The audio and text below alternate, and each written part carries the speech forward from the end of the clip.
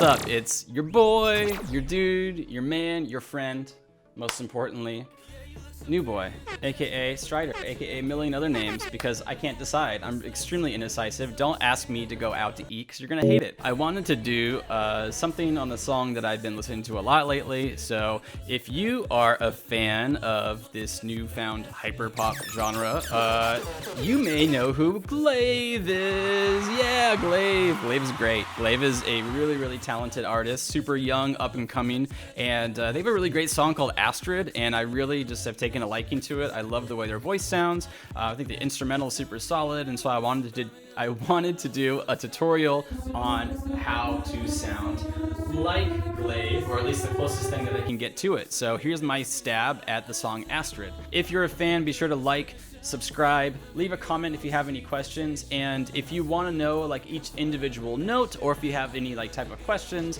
that I don't have time to answer on YouTube, be sure to subscribe to my Patreon, which I just launched recently. You'd be supporting an independent artist who's just trying to make their way through the world and teach people how to make awesome music. It will not cost you much. You get some awesome benefits, including all of the Ableton live sets that I do for any tutorial starting now and going forward. Also, I do Twitch streams, so be sure to check me out on Twitch as well and give me a follow there too. And with that out of the way, let's go ahead and get into the video.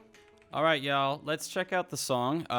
We're just gonna go over the beat in this video because it has quite a few layers to it, even though it sounds really simple. And we're gonna do the vocals in another video, so be sure to check out part 2 as well. First thing that we have is the guitar. I have like 4 different tracks right here, as well as some like guitar effects, so that way it sounds pretty like legit. I'll explain my process here in just a second. Then we also have a guitar for the chorus. Those are 3 different instruments as well. That's like the little dun dun dun dun dun dun that you hear in the chorus, and then there's a like bass buildup during the like intro and the second verse, and then there's some sub bass for the chorus that kind of goes layered under the kicks. And there's some percussion going on. We'll go over that in a second as well. There's like a little like a kick fill. There's a click sound in the chorus. There's a snare in the build. There's a ride cymbal as well on the build-up. Then we also have some sound effects like some risers, some white noise, some impacts, and a bass drop, and then we just kind of reuse them throughout the beat. What's pretty cool is when you build the first half of this beat, it kind of, like the second half just comes together really easily. You're basically kind of duplicating it. I have my vocals down here as well, and then we have the kicks here at the very bottom, and the kicks are at the bottom for a reason. I have them separated from the rest of the track. We're going to explain that at the very, very end, but it has something to do with sidechaining and a little bit of LFO. So I'm going to mute the vocals. We could listen to just the beat itself, and then we'll get down into kind of the nitty-gritty of each different instrument. So here it goes, just the instrumental.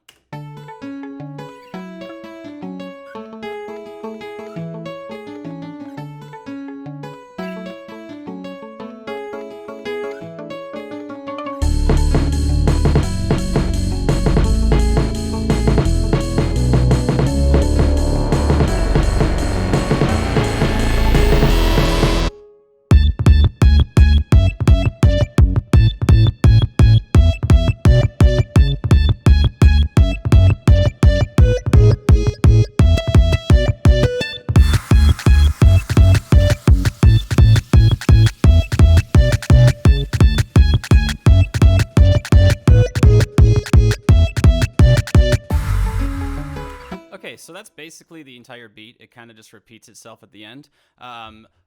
Why is it so simple? Well, it's a really vocal-driven song. Glaive is really doing a lot with their vocals on this, and the beat serves as more of like a, I guess like a compliment to their vocals. And so we're going to go over the beat itself, and then we'll go over the vocals in another video. The guitar I used for this, I have like 4 different layers for the intro guitar. We'll go over the notes in just a second. I used Omnisphere at the very, very top layer, but if you don't have Omnisphere, that's okay. I actually made a lot of stuff in Ableton using like the stock presets, and they turned out pretty well. So kudos to Ableton for making some really cool guitar stuff. And we'll go over that right now, and then we'll get into the Omnisphere stuff later. Right now we have the electric nylon guitar preset. I just kind of like just drug it down here and said, okay, this sounds pretty good. So we just said, all right, we're in the game. Let's go ahead and go with that. The second one we have is called Nylon 2 Mute Guitar.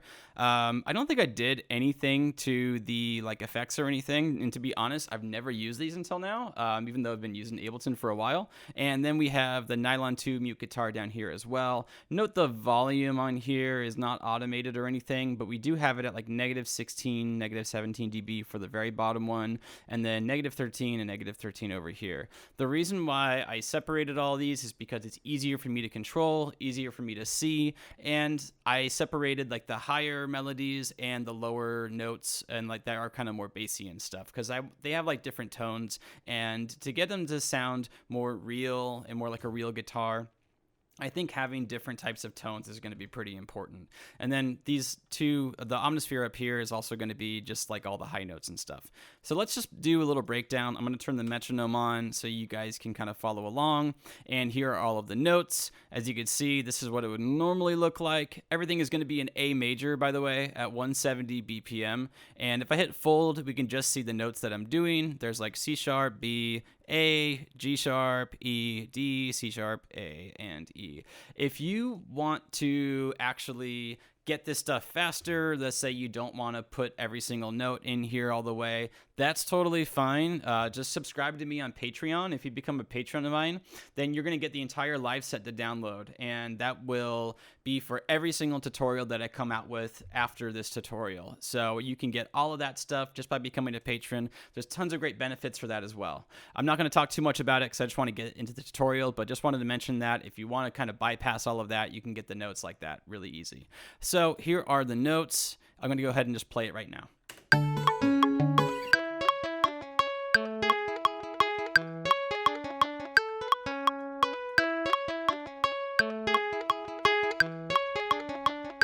Okay, that's the top layer. Here's the second layer.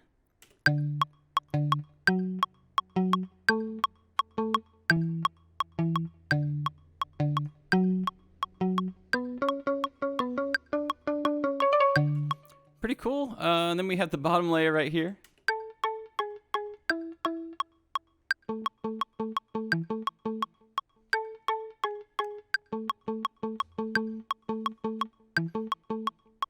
And it kind of duplicates itself for the next layer, or for the next 4 bars. Now, I'm not going to say this is 100% accurate, but it's pretty close, and I'm just doing it all kind of by ear. It seems like what they're doing in the production is taking like multiple takes of guitar and putting it over each other. Kind of reminds me of like American football or other like Midwest emo bands, quote unquote, and like how they have multiple guitars playing at the same time, doing sort of like mathy kind of riffs. So that's pretty cool. For the actual effects on these, I didn't do anything really. I mean, if I were to add this preset again, let's go ahead and add it and see what's different. I don't really think there's a lot. So yeah, I mean, I just kind of double clicked and added it in there. Sounds exactly the same. So nothing different there. I don't think there's anything different over here as well, and same for the bottom one. And these have no actual like audio effects on these. What I did is group it together, and then I added some effects there. I'm going to explain that in just a second, but I noticed that even though I put this all together, it still didn't sound very real sounding. So I went on to Splice, and I found some really cool samples of guitar slides, like when you're sliding your hands up and down the fret. If you don't want to pay for those samples, that's okay. You can just get a guitar and get that sound yourself, or you can try and find another song that has these kind of acoustic slides, and you could sample them. Here's what those sound like.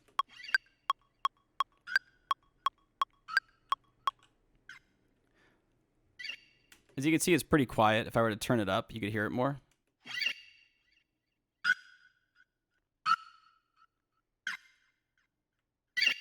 But that's going to give it a really like authentic sounding sort of like guitar effect. Like it sounds like somebody's actually playing it. It sure as hell ain't me though, because I can't play very well.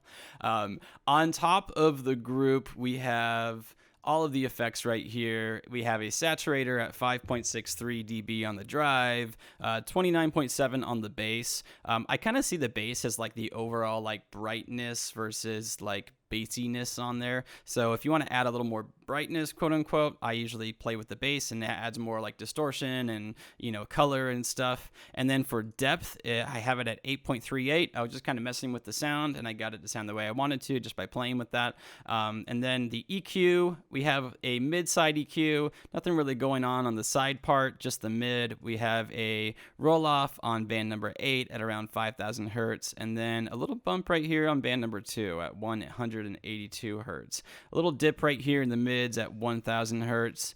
And then we have a delay, super quiet. You're not going to hear it a whole lot. It's only at 7% dry wet, but that will help blend everything a little bit together, as well as the chorus. The feedback on this is 16%. I have it set to sync and 4, and it's on ping pong and fade. Normally it comes in at repitch, but I don't like it when it does the repitch delay. I like having more of a fade out delay. So the chorus is 25% on the dry wet. Feedback is 47%.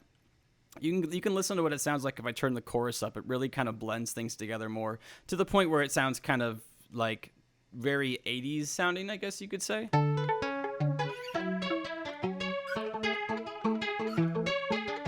And here it is without it. So I wanted something kind of in between. So I have it at 25% and feedback's at 47. I have a little bit of reverb here. It's got a small room size at around 11. I have the quality set to eco, just it's my own preference. I feel like you can get a little more sound out of it that way. And normally this band is over here, and that's what's being kind of like put through the reverb, is everything from like the mids and doesn't cut the highs or the lows in there. I'd rather have the reverb affecting more of the higher notes, just a preference thing. Diffusion is set to 3.5 dB, so is reflect at 3.6. Decay time is 1.17 seconds. Dry wet is at 21%. Everything else is pretty much standard. I also felt like I needed to get a little more brightness at the very end, so I added an EQ preset just by kind of like messing around. So if we type in bright acoustic guitar, you can notice that it's a little bit higher on the gain. So I just clicked in the middle and dragged. I guess you could say on the left side, I clicked and dragged, and you can see how it selects every single band. Go to the gain and then bring it down. I brought it down to about -5 dB, and that's exactly what this looks like. So that will brighten up the sound a little bit and make it sound more like a guitar, I guess. For Omnisphere, I have a nice just sounding acoustic guitar preset right here called 12-string guitar warm. Didn't do anything to the patch, but I did add an EQ right here. It has a low shelf right here, or I'm sorry, high shelf? I forget. But basically, this is the one that I'm using right here, and it's at 330 hertz, just taking out the low end, a little dip on the mids, and rolling off a little bit of the highs as well with this shelf EQ over here. That's it for the Omnisphere. I have it pretty quiet as well. It's at -22 dB. But this sounds more like a guitar, so I'm using that as well just to make it blend together a little better. Check the volume over here as well if there's anything going on. It looks like all I did is automate the volume. If you hit the letter A on your keyboard, it will toggle back and forth so you can automate your parameters. And I just have it cutting the volume off so there's no delay or anything right before the chorus hits. All right, so that is the guitars. Let's go ahead and move to the guitar chorus. As you can see, I have it all grouped together. I have a little bit of the highs pushed up at around 3.59 kilohertz. What I'm using for these are more Ableton presets, so you can have these if you have Ableton. You could use these. The hard-picked distorted lead guitar. I also have Strat 3 muted guitar with an amp preset and some auto pan. And Please Rise for Jimmy guitar. Shout out Jimmy. And this is, I don't think, really too different. If we put the original one in, it has the, okay, so we messed with the saturator drive, the tone, and the brightness. I think we brought the tone all the way down. Saturator drive is down to 14. Brightness is at 78. I'll go over the notes. These are all going to be the same. Let's go ahead and listen to this.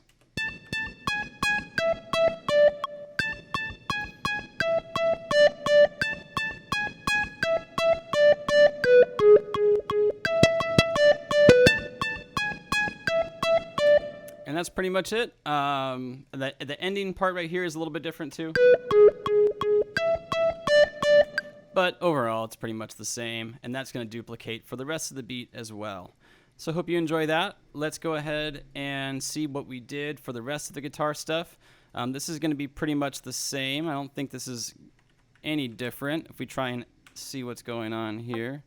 Yep, pretty much the same. Didn't make any changes to these. The amp I have set to heavy. Didn't change anything on there. Dry wet's at 96%. And then I have some auto pan. If we listen to this on its own, as you can tell, it's pretty quiet. It's like negative 26 dB, so it's like half the volume of the rest of the track. If we brought it up, you could hear it. I have it set to 96% on the amount, so it's going back and forth, kind of like ping-ponging, and the rate is pretty much normal. Everything else is the same. I just wanted to have a little bit of like variation. It makes it sound like it's moving around a little more, and that sounds pretty cool. For the bottom one, let's solo this and listen to it too. It's also pretty quiet.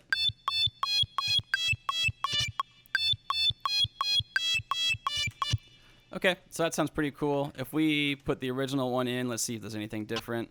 Okay, so we messed with the reverb, put it down to like 3.9% because it's a pretty dry sound, and then no feedback as well. And that's about it. That is the chorus guitar. Altogether, it sounds like this. Now, I know it's a little more distorted than the actual song is. However, it was more of a preference thing. I just liked the way it was coming together, and yeah, just a stylistic preference. But if you wanted to be completely dry, you could do a guitar that's less distorted, and you should be good. Now, the bass build, I have grouped 4 tracks together, and I have an EQ on here that's just like dipping out a lot of the low, and it's keeping a lot of the sub bass in there, a little bit of the mids as well, and then we have a saturator preset called warm up highs. I like using warm up highs a lot. I think it sounds really good, and so that is put on there as well, just to kind of add a little more color to the high end. The first thing that I have, these are all going to be Serum, by the way. The first thing I have is a bass that I made on my own. I used one of the analog wavetables called BS2 Filthy, and it's completely bare bones. There's nothing going on in the rest of this synth except for the filter. I have a low pass filter, and I have the A oscillator turned on, and then I'm modulating the cutoff, and I have the resonance turned up to like 36%. So we can look at the modulation on the cutoff just by hitting the letter A. And let's go ahead and hit this orange thing so that way it kind of resets everything and we can actually get this to be modulated.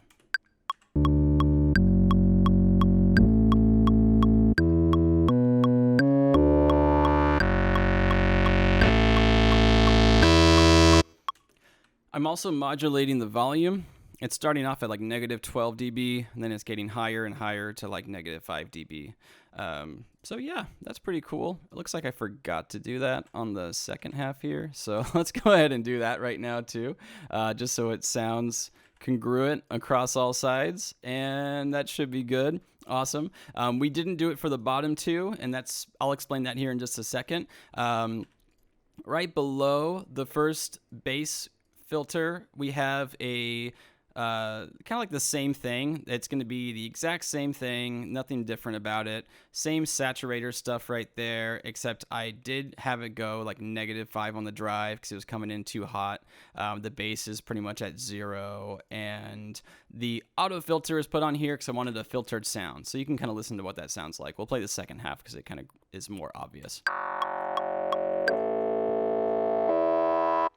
So you can hear that filtered sound, and I use a bandpass filter, so you can see these little different filters that you can use on auto filters. Pretty cool. Normally it has it set to clean, but I set it to OSR. That way I can add more drive to it. So the drive's at 8.81 dB. That's going to make the filter louder, because I notice with bandpass filters a lot of the time, you put it on there, but you can't hear anything. So adding a little more drive will let you hear it a little more, and that's pretty cool.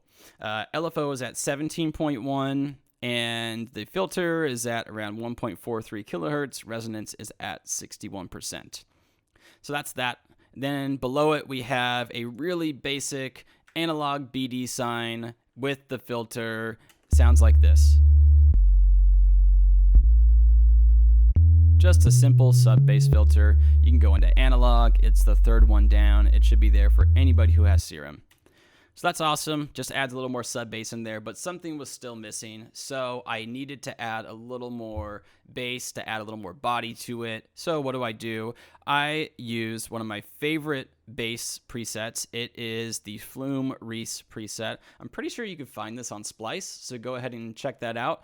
But if you need to see some of the things going on here, it has a filter on here, it has a saw rounded wavetable, and then another like Reese sort of wavetable that's like 2 octaves down. This one's like 1 octave down, and I like the way this sounds because it adds a lot more body to it.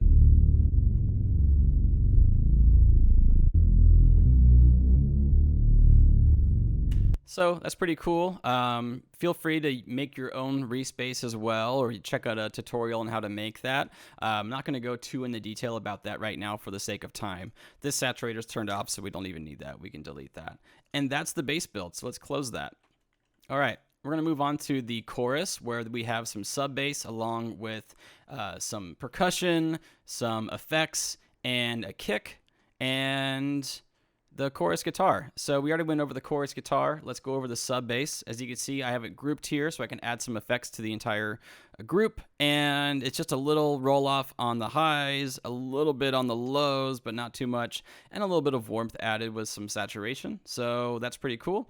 It's at 2.86 dB, bass is at 10.3. This should come with Ableton, so you could just double click and you can add it in. The Serum preset I used is a Juno sub. You can just use analog BD sine if you wanted to, or like another sine wave type of wavetable, and add some saturation to it. You might want to do a little bit with the envelope and make it kind of a little bit like snappier and stuff. This is what it sounds like.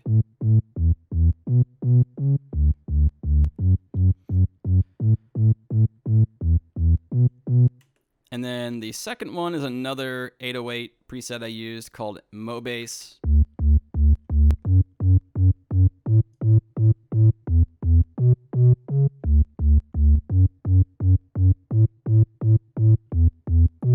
And that's using a Moog triangle. That's pretty cool. But you can make that on your own. It really won't take you too long. Or you can go and get those presets. I'm pretty sure they're on Splice. So that's pretty simple. I'll go ahead and let you see those notes one more time, and I'll play through it with the metronome on.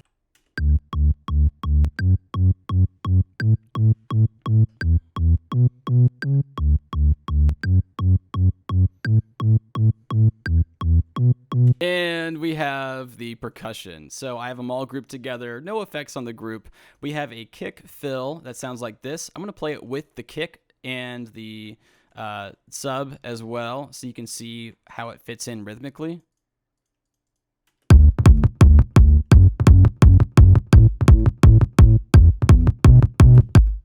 And that's pretty much it. Super simple. What I did was take a like synthesized drum kick, and then I high passed out all of like the sub bass and stuff, because I don't want it to have any like phasing issues with the rest of the like lower frequencies and stuff. I just want it to be kind of percussive, but that's kind of how it sounds to me. So that's how I kind of used it. And then we have a click sample over here. I used a snare. It was actually called click snare because I was just looking for something that had a click sound. It's not exactly like the song, but it sounds pretty good. And then I pitched it up a little bit, and you could do that if you go right click and go sampler, or it's going to start out like this, but you can go from simpler to sampler, and then you can mess with the root note to make it higher or lower. So right now I have it at G2. If I were to make it go down, it's going to be higher. And then if I make it go up, like I click and I drag it up, it's going to be lower. And that's going to change the root note on there. It's really great because you could tune your drums that way, and you could tune it to the key of the song. I just kind of went by ear, so it may not be 100% accurate. We have a little auto pan on here, so it kind of ping-pongs back and forth a little bit. I have the amount set to 58.6%, and sounds pretty good.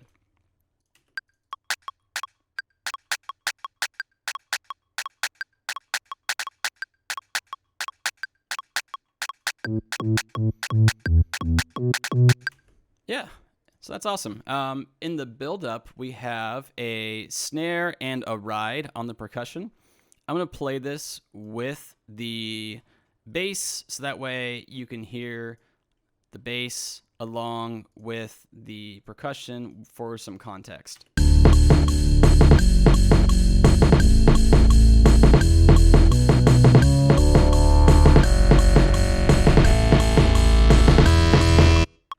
Super simple.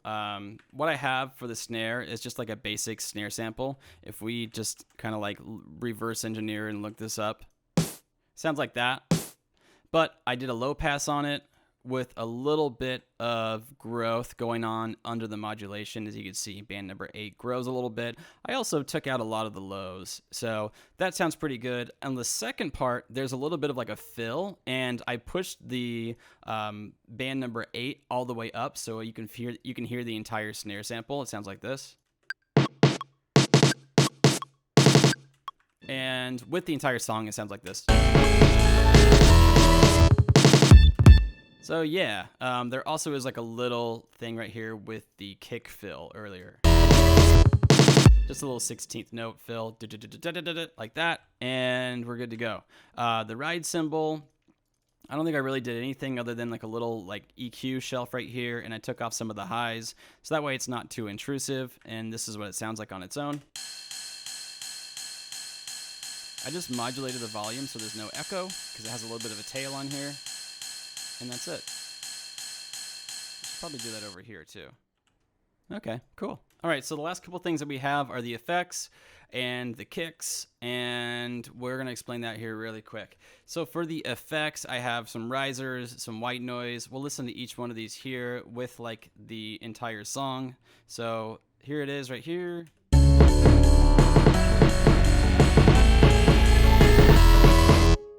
As you can see, it cuts off like right before the drop, so everything is just like totally quiet here, and there's just vocals before it actually drops. The first riser sounds like this.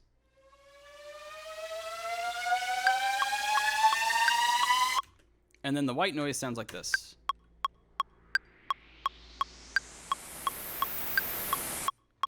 Now you can make this really easily if you just take like a white noise sample. I'm going to type in white noise, and here is the original sample right here. Let's just put that in there, and here's what it sounds like. Actually, let's put it over here so it's not affected by that sidechain. Okay, so that's the raw sample. If we double click this, and then we go to this little thing here called reverse, it will reverse it. So now it sounds like this.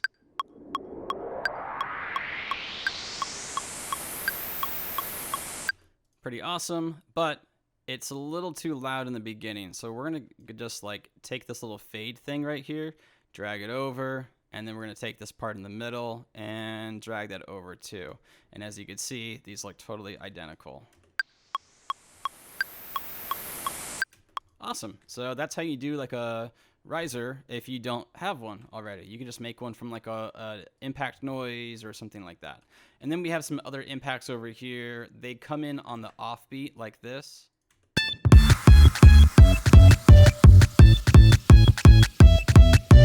I used Cymatics, white noise, and this thing called Dirty Downlifter. Okay, we're getting dirty, I guess.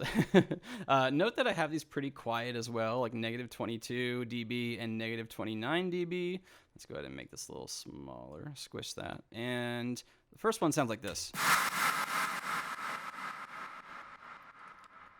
Has a little more like tone to it than just white noise. It kind of sounds like instead of that hiss noise can be kind of, you know, one-dimensional sometimes, so that adds a little more like variety to it. You could also take like a crash cymbal and transpose it, so you can like take a crash. Let's go ahead and find something. Let's go like a long tail crash. Okay, so let's take this. And let's take the warp off, and we're gonna go to transpose and bring it down like this. A little too low. And you get a little more like, you know, I guess variety with your crashes. It doesn't sound like a basic crash cymbal. So that's a nice way if you want to change things up a little bit. The other stuff that I have, this is the exact same impact. And then I have a sub drop right here. It sounds like this. The original, if I pull it up like this, sounds like this. Goes on for way too long, so I faded it out and sounds much better. Okay, now we have another little white noise riser right here. I wanted some more variety, and that's it. We just kind of repeat it over here as well. There is, I think, one more thing that's missing. This is a cashmere crash sound. Okay, so I have one crash cymbal in there. So what? Who cares? That's about it. I grouped them all together just for organization purposes, and there's no effects on the overall effects. Now, the very last part of the instruments are the kicks. We have a really straightforward 4 to the floor kick, and it sounds like this. It's a Waka Flocka kick. Shout out to Waka Flocka, you're a legend. And we have saturator to 8 dB on the drive. Bass is at -6, and we have this funky EQ over here. I don't know why I made it like this. It just was the way I wanted it to sound. It has a little more, like, I guess, body on here by doing like a big high shelf and dipping down some of the mids because it would make it a little bit too muddy, and taking out the rest of that low end so that way it doesn't have any phase issues. That's it. I made sure the velocity was all the way up on these. That way it sounds as powerful as it can be. If you are doing this manually and you're like punching in the kicks, make sure your velocity is like pretty much the same, unless you want to have a little variety, which is okay. That's no problem at all. Then we have another kick sample. I used kick 2. I used the basic like default preset.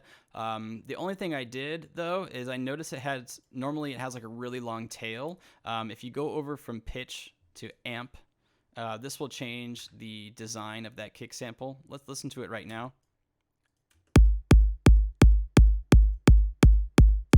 That sounds nice and tight, but if I were to have it the original way, it usually sounds like this.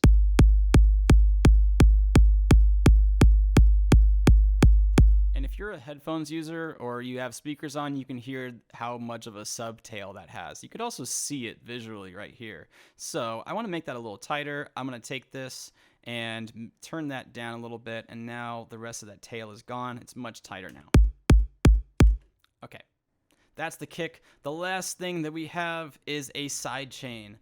This is what I'm using to kind of trigger the sidechain. It's the exact same pattern as over here, and it is the exact same kick 2 plugin. In fact, it might even have a longer tail on here. Not really that important, to be honest, because what I did, if we listen to it really quick, I took out all of the bass frequencies. I have just the highs, and you don't have to use a kick. You can use a hi-hat, you can use a snare, whatever you want to have like a nice punchy click sample. I just figured for the sake of time, I'm just going to use this. High-passed everything to about 3.74 kilohertz, and that is going to be what triggers the sidechain on the entire instrumental that I have grouped up here. So I took every single thing that I have here that I've made thus far, besides the kicks, including the vocals, and I put it all into a group. I do that just by going through everything and hitting Shift, click, so it selects everything, and then Command G, or you can do right click and you could do group tracks right here. So Control G or Command G, you know, depending on what you have. And then I can start adding a sidechain compressor right here.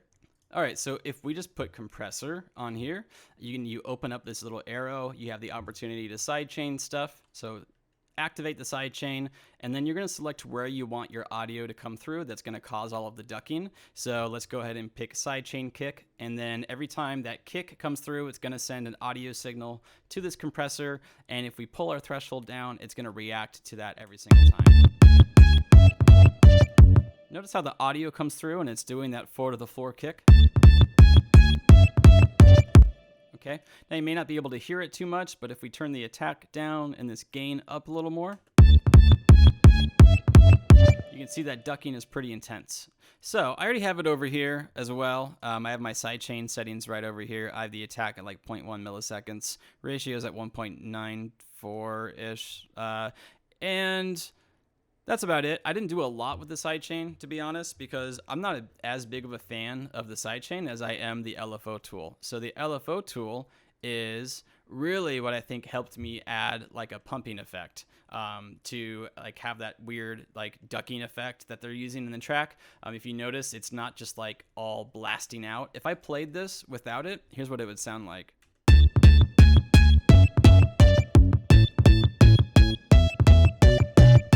That's with no ducking at all, no LFO or anything like that. If I turn it on, it sounds like this.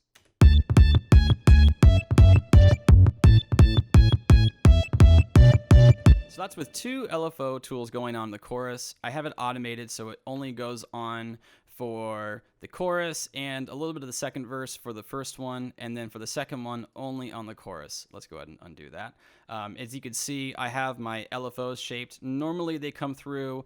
The default setting is like this. I scooted it over a little bit so it's nice and tight. I don't want it to be so noticeable that it ducks like everything out and makes it sound bad. And then for the second one over here, it looks a little more of like a slope and then like a gradual slope to the top.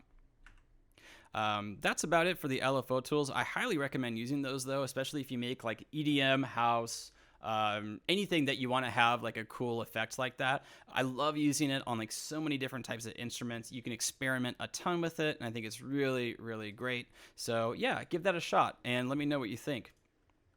Other than that, there are a few other things that I did. So with all the instruments on here, if we just select all of these clips, I did add groove to them. I used the basic like swing presets that you could find, like Logic 16 swing, 57 and 58, just to add some more variety and make the guitar sound a little more natural. Otherwise, it sounds really straightforward, and I don't really like the way that sounds. So if you just have that on there, it'll add a little more variety and stuff to those notes. And I did that for these down here as well. Pretty much everything has that swing on there. Otherwise, it can sometimes sound a little bit too straightforward, and it takes away from like the overall groove of the track. So that's kind of how I put together the rest of that. The only thing I have left is the master track. I'll show you what I did here really quick. I have a utility, a glue compressor, a saturator, and then this audio effect track that I have totally turned off. I'm not using that anymore. I was just kind of experimenting with some stuff.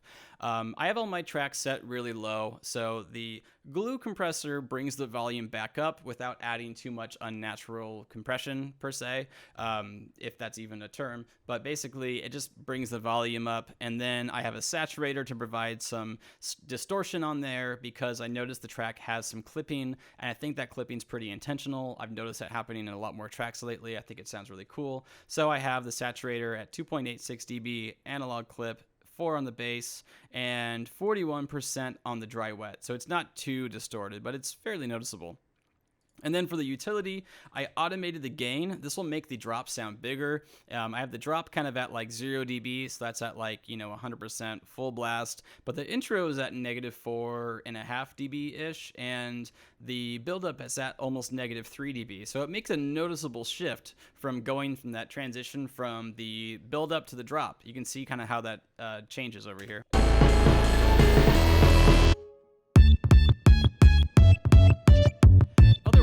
The chorus would sound a little bit too quiet. I'm going to do that with the vocals on as well, so you can hear how that affects like the vocals, as well as like the LFO and the sidechain on the vocals too.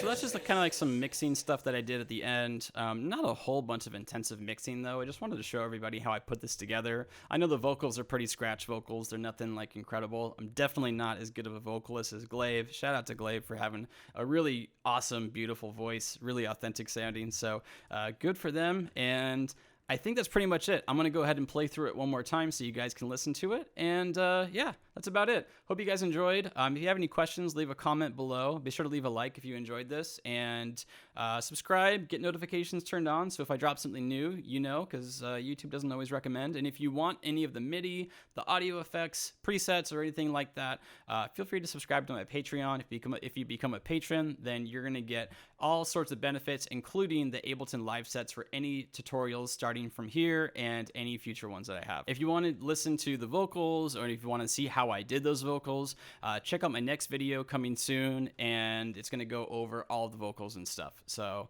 yeah, thanks.